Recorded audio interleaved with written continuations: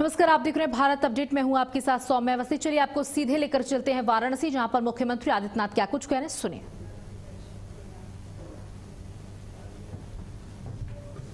सम्मानित महसूस कर रहा है।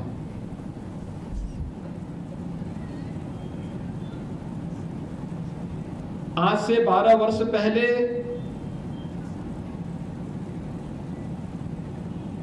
नए भारत को नेतृत्व देने के लिए आपने अपने सांसद के रूप में जो चुनाव किया, एक सही चुनाव कैसे आम जनमानस को सम्मान दिलाता है, यह प्रधानमंत्री के रूप में मोदी जी का चयन और उससे पहले काशी से उनका सांसद बनना हर काशीवासी को गौरवान्वित करता है। काशी का नाम न केवल प्रदेश में बल्कि देश और दुनिया में गूंजता हुआ दिखाई देता है। जब पूरा देश मोदी जी के निर्वाचित प्रधानमंत्री के रूप में नए रिकॉर्ड के साथ उल्लास और उत्साह के नए माहौल के साथ जश्न मना रहा है, उत्साहित है, तो मोदी जी के साथ काशी का नाम भी उसके साथ जुड़ता है और काशीवासी भी उस उत्साह का हिस्सा बनता है।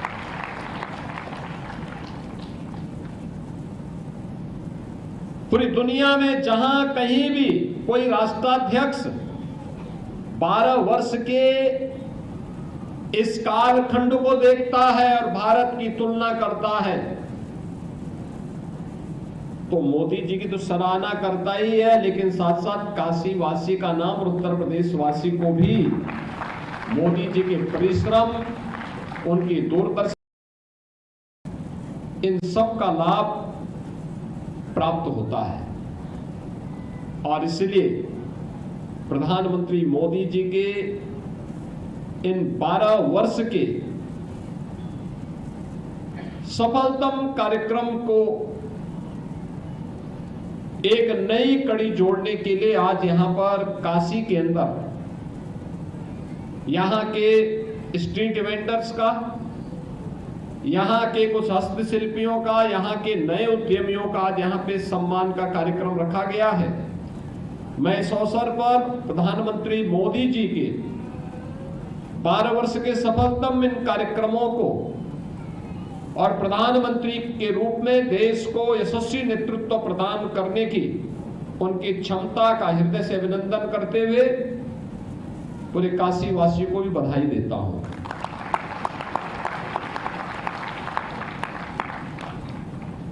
बहनों और भाइयों, हमने मोदी जी के नेतृत्व में बदलते हुए भारत को देखा है।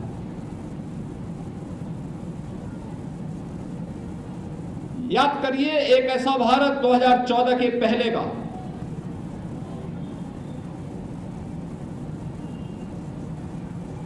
जो अव्यवस्था का शिकार था, भ्रष्टाचार, जहां पूरे देश की छवि को वैश्विक मंच पर धूमिल कर चुकी थी, चारों ओर अविश्वास का वातावरण,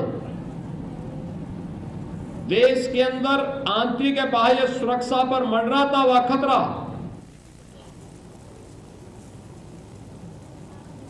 हर एक तबके में निराशा और हताशा। जो उद्यमी था, पिछली सरकारों की गलत नीतियों ने उसे श्रमिक बना दिया। जो श्रमिक था वो प्लान करने को मजबूर था। जो अन्नदाता किसान था, अन्नदाता किसान आत्महत्या करने के लिए मजबूर था। नौजवान की प्रतिभा और ऊर्जा का लाभ जिस प्रदेश और देश के विकास में लगनी चाहिए थी, वो नौजवान सरकार की नीतियों के कारण, सरकार की गलत नीयत के कारण हताश और निराश था। उसके लिए न नौकरी थी, उसके लिए न रोजगार था, न उनके लिए कोई दिशा थी। महिलाएं असुरक्षित थी। हर योजना लागू होने के पहले भ्रष्टाचार की भेड़ चढ़ जाती थी। याद करिए, 600 जनपद देश के अंदर, उनमें से 120 जनपद नक्सलवाद के शिकार थे। देश की सुरक्षा पर खतरा किस रूप में था कि घुसपैठ होती थी, और उस समय की सरकारों के सामने जब हम इन मुद्दों को उठाते थे तो सरकार, उस समय की सरकार, 2014 के पहले की सरकार संसद में क्या वक्तव्य देती थी कि इस पे ज्यादा वक्तव्य नहीं देना चाहिए क्योंकि रिश्ते खराब हो जाएंगे।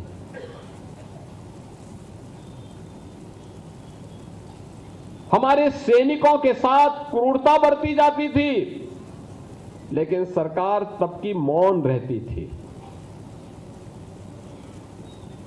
2014 के बदलते हुए भारत, एक एक योजना को अगर आप देखेंगे, हर योजना देश के गरीब के लिए समर्पित, देश की आधी आबादी माताओं और बहनों के लिए समर्पित, देश के नौजवानों के लिए समर्पित और देश के अन्नदाता किसानों के लिए समर्पित है। क्या अन्नदाता किसान हो, क्या कारीगर हो, क्या हस्तशिल्पी हो, क्या स्ट्रीट वेंडर हो, क्या नवजात शिशु हो, या उच्च शिक्षण संस्थानों में अध्ययन करने वाला युवा स्नातक, क्या महिला, क्या पुरुष, क्या बुजुर्ग या नौजवान, हर एक तबके के लिए योजना और उसके उत्थान को प्रभावी ढंग से क्रियान्वित करने के लिए सरकार की प्रतिबद्धता हर एक स्तर पर देखने को मिलती है।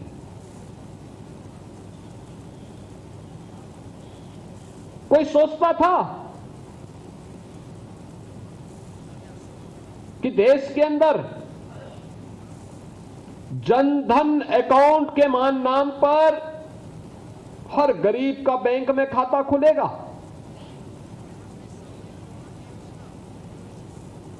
जब खाता खोले गए थे, यही कांग्रेस, यही समाजवादी पार्टी हंसती थी, कहती थी देखो बेवकूफ बना दिया ना। लेकिन जब मोदी जी ने सरकारी ऑफिसों में मिलने वाली सहायता के नाम पर जो वहां पे कट लिया जाता था, उसको रोकने के लिए डीबीटी का इस्तेमाल करना शुरू किया कि गरीब के खाते में पैसा सीधे उसके खाते में जाएगा, उसने कांग्रेस और समाजवादी पार्टी के मुंह पे एक तमाचा मारा था। आप सोचो, एक प्रधानमंत्री वो थे जो कहते थे कि मैं क्या करूं, मैं तो 100 रुपया भेजता हूं लेकिन नीचे केवल 15 रुपया पहुंचता है। उनके लाचार की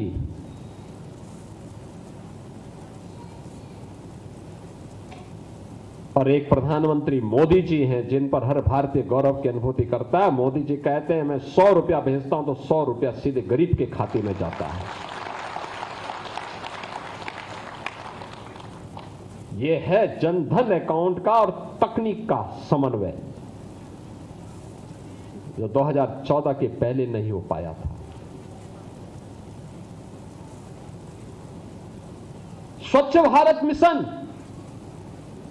कैसे स्वच्छ भारत मिशन के अंदर कैसे परिवर्तन ला सकता है, कैसे गरीब बच्चों को, गरीब तो गरीब है, वह किसी जाति का हो सकता है, किसी मत और मजहब का हो सकता है, बच्चे बच्चे होते हैं,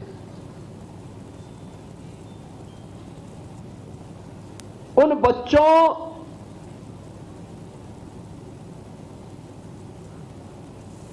कि असमय होने वाली मौत तत्कालीन सरकारों को विचलित नहीं करती थी।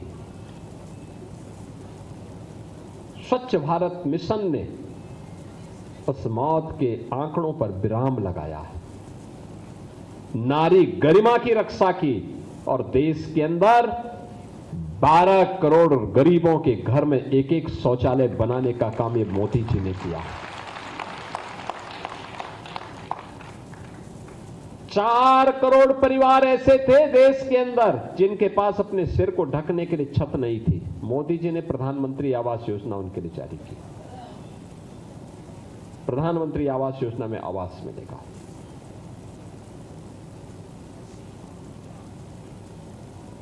याद करिए, एक गरीब बीमार होता था, उसके उपचार के लिए परिवार के पास साधन नहीं होता था। जब साधन नहीं है, पैसा नहीं है, वे घर में आकर के उसकी मौत का इंतजार करते थे। तिल तिल करके किस प्रकार की मौतें होती थी। पैसा नहीं है, या तो कर्ज लेकर के उपचार कराओ, सामर्थ्य नहीं है तो अपने परिवार की, अपने आंखों के सामने परिवार के किसी सदस्य को तड़पते हुए देख करके क्या वेदना रही, उस वेदना को 2014 के पहले क्यों समझने का प्रयास नहीं हुआ? क्यों पहले समझने का प्रयास नहीं हुआ? क्योंकि संवेदना नहीं थी। उन सरकारों में संवेदना नहीं थी, गरीब की पीड़ा को समझने की सामर्थ्य नहीं थी। उनके लिए उनके परिवार से बढ़कर के कुछ नहीं था। लेकिन मोदी जी ने संवेदना दिखाई। देश के अंदर 60 करोड़ लोगों को प्रधानमंत्री आयुष्मान भारत में 5 लाख रुपए की स्वास्थ्य बीमा का कवर देकर के कहा, आप जाइए, सरकारी हॉस्पिटल हो या प्राइवेट हॉस्पिटल, फ्री में उपचार हम कराएंगे। और तब होता है जब कोई संवेदनशील व्यक्तित्व देश का नेतृत्व करता है। उन्होंने किसी का चेहरा यहां पे भी नहीं देखा। तो 2013 में कहा, 2014 में कहा, सबका साथ सबके विकास का, उसको लागू भी किया। याद करिए, कोरोना कालखंड में दुनिया पस्त है, मोदी जी जा रहे हैं, जनपद जनपद जा रहे हैं, देश के अंदर भ्रमण कर रहे हैं, फ्री में टेस्ट, फ्री में उपचार, फ्री में वैक्सीन, फ्री में राशन।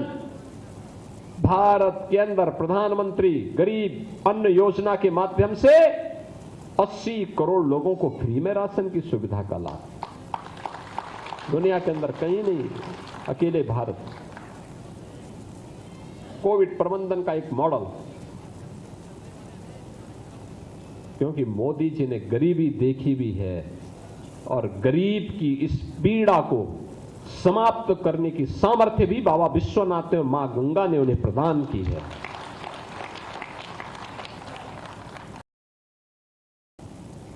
और इन सब कार्यक्रमों को लेकर के आगे बढ़ते हुए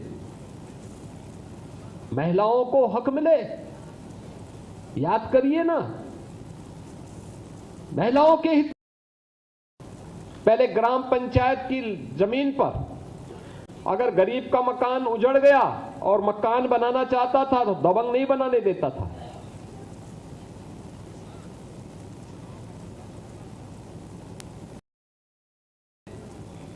ग्रामीण अभिलेख के माध्यम से घरौनी की योजना प्रारंभ की और घरौनी वितरण का कार्यक्रम हर गरीब के लिए। देश के अंदर को जहां पे उसका आवास है वहां का मालिकाना अधिकार मिला और ये सारे अधिकार महिलाओं को उपलब्ध करवाए मोदी जी ने। 3 करोड़ लखपति दीदी, 10 करोड़ महिला स्वयंसेवी समूह के माध्यम से आत्मनिर्भरता के लक्ष्य को प्राप्त करने का कार्य, 25 करोड़ लोगों को गरीबी रेखा से उभारने का है। चमत्कारिक है। पूरी दुनिया अभिनंदन कर रही है। इंफ्रास्ट्रक्चर के लिए क्या कहना है, 4 लेन की कनेक्टिविटी, जाम की समस्या का समाधान,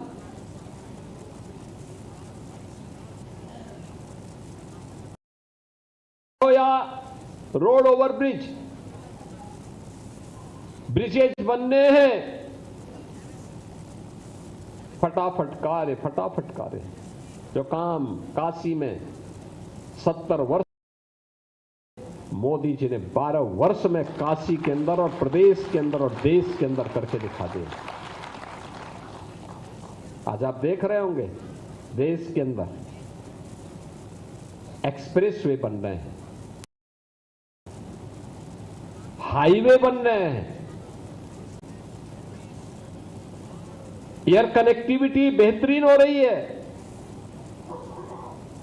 पहले की तुलना में 1947 के पहले से लेकर के, यानी जब से वायु सेवा भारत के अंदर आई होगी तब से लेकर के 2014 तक जितने एयरपोर्ट बने थे, मोदी जी के आने के बाद वर्ष में उससे दुगने एयरपोर्ट बने हैं देश के अंदर।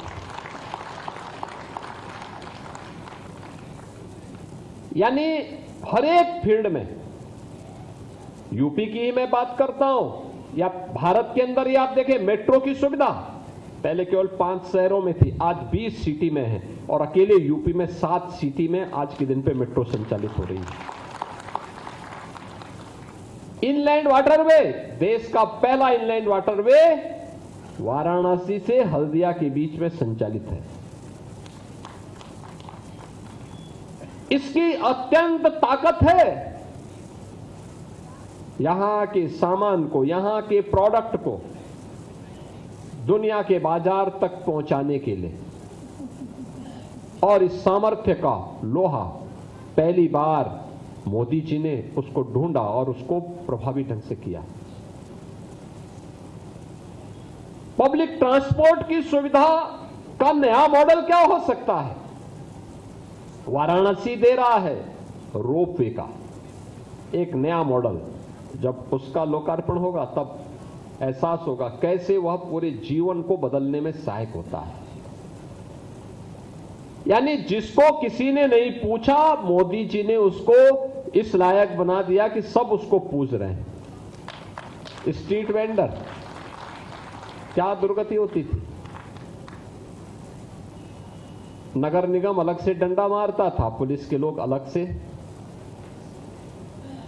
ठेकेदार की पीड़ा अलग से थी, और उस बेचारे को घर में भी लेने देने पड़ते थे। गरीब हर जगह से मारा जाता था।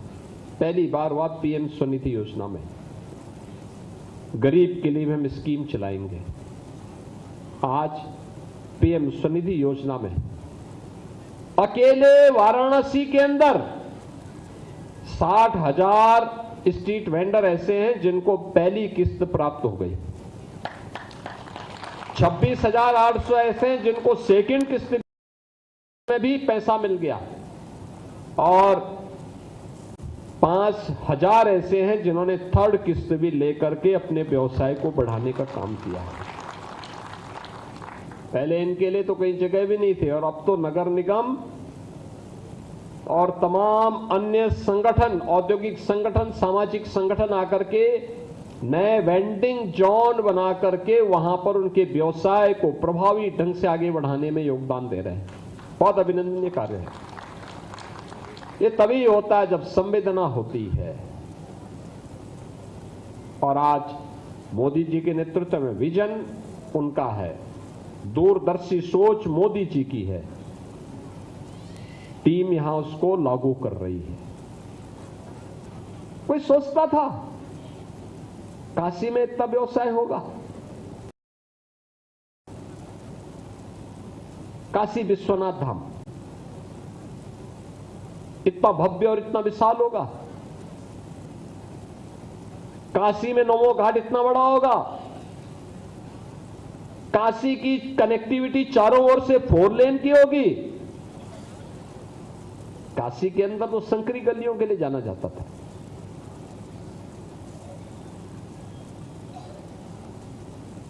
आज काशी को एक नई पहचान दिला रही है, प्रदेश को एक नया पहचान मिल रहा है। देश के सामने सम्मान होता है, पूरी दुनिया आती है काशी में। जब लोग नहीं आते थे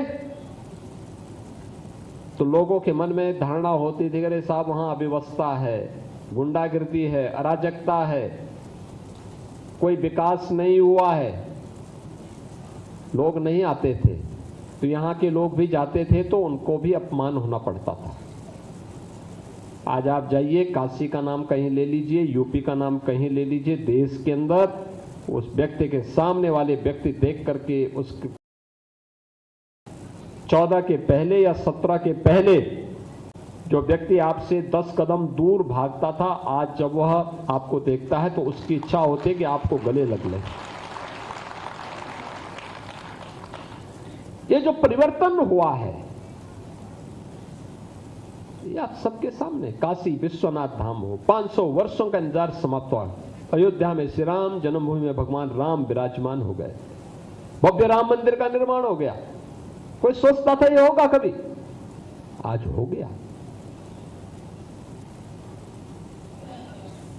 मां विंध्यवासिनी धाम का निर्माण, भव्य कुंभ, कुंभ में कितनी भीड़ आई होगी गत वर्ष काशी से ज्यादा कौन जानता है। 1 महीने तक, लगभग 1.5 महीने तक काशी में भी जाम की स्थिति थी। रोज 15 से 20 लाख श्रद्धालु काशी भी आते थे।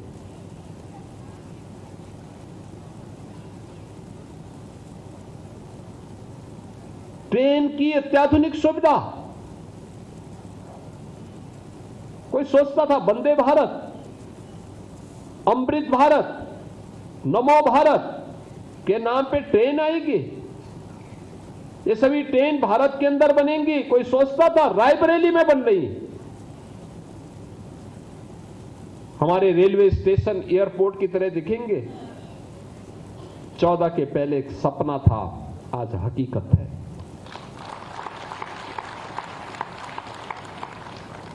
काशी के घाट इतने सुंदर होंगे, 14 के पहले सपना था, आज हम अपनी आंखों से देख रहे हैं।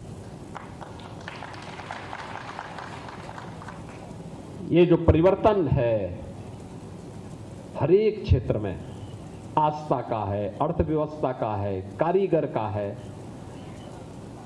स्ट्रीट वेंडर का है, युवा का है, महिलाओं का है, एक एक योजना, बेटी के जन्म लेने से लेकर के उसकी शादी ब्याह तक की योजना,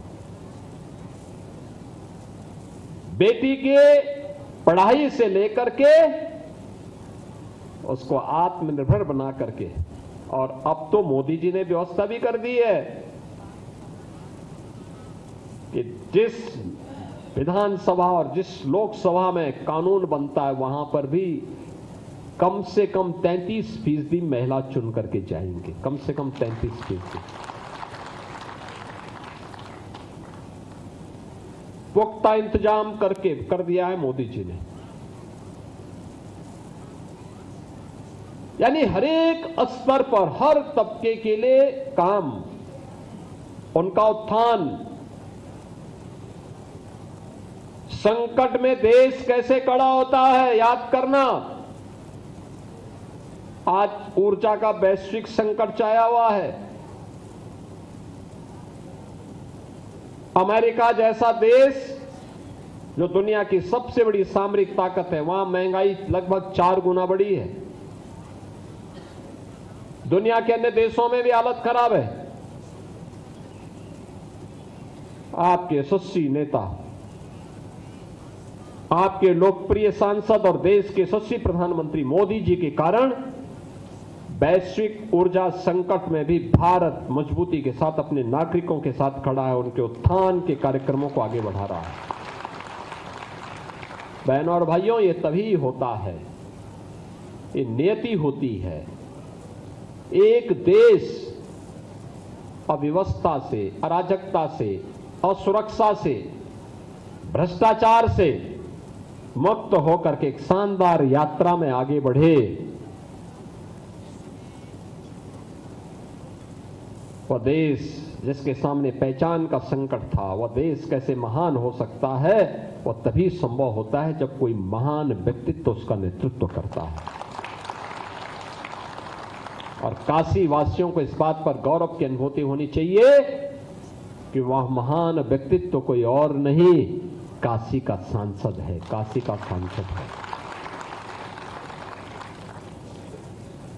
काशी की गलियों में काशी के नागरिकों से मिलते हुए, काशी के जनप्रतिनिधियों से मिलते हुए, काशी के स्ट्रीट वेंडर के साथ बातचीत करते हुए, काशी के उद्यमियों के साथ बातचीत करते हुए, काशी के व्यापारियों के साथ, काशी के युवाओं के साथ, काशी के स्पोर्ट्स पर्सन के साथ मोदी जी के द्वारा जो बातचीत होती है, वह बातचीत केवल बातचीत नहीं होती, वह देश की योजना को बनाने में भी सहायक होती है और उसका लाभ पूरा देश लेता है। और उस योजनाओं में एक झलक अभी मंच पर हम लोगों ने देखा है। इस अवसर पर मैं बाबा विश्वनाथ से, मां गंगा से प्रार्थना करूंगा, प्रधानमंत्री जी का यह यशस्वी नेतृत्व लंबे समय तक देश को मिले, वे स्वस्थ रहे, देश को अपना यशस्वी नेतृत्व देकर के भारत को आत्मनिर्भर और विकसित भारत की संकल्पना को, जो उनका संकल्प है, संकल्प के साथ हर उत्तर प्रदेश वासी, हर काशी वासी उनके साथ कदम से कदम मिला करके उनके नेतृत्व में आगे बढ़ेगा और विकसित भारत के उनके संकल्पों की पूर्ति करने के लिए पूरी प्रतिबद्धता के साथ कार्य करेगा। इस विश्वास के साथ मैं आप सबको प्रधानमंत्री मोदी जी के सर्वाधिक समय तक प्रधानमंत्री के रूप में, निर्वाचित प्रधानमंत्री के रूप में इस यात्रा का अभिनंदन करते हुए आप सभी काशीवासियों को हृदय से बधाई देता हूं, अपनी शुभकामनाएं देता हूं और विश्वास करता हूं कि आप सबका आशीर्वाद इसी प्रकार से भारतीय जनता पार्टी, प्रधानमंत्री मोदी जी और यहां के जनप्रतिनिधियों को प्राप्त होगा। आप सबके प्रति मेरी मंगलमय शुभकामनाएं हैं। नमः पार्वती पतिये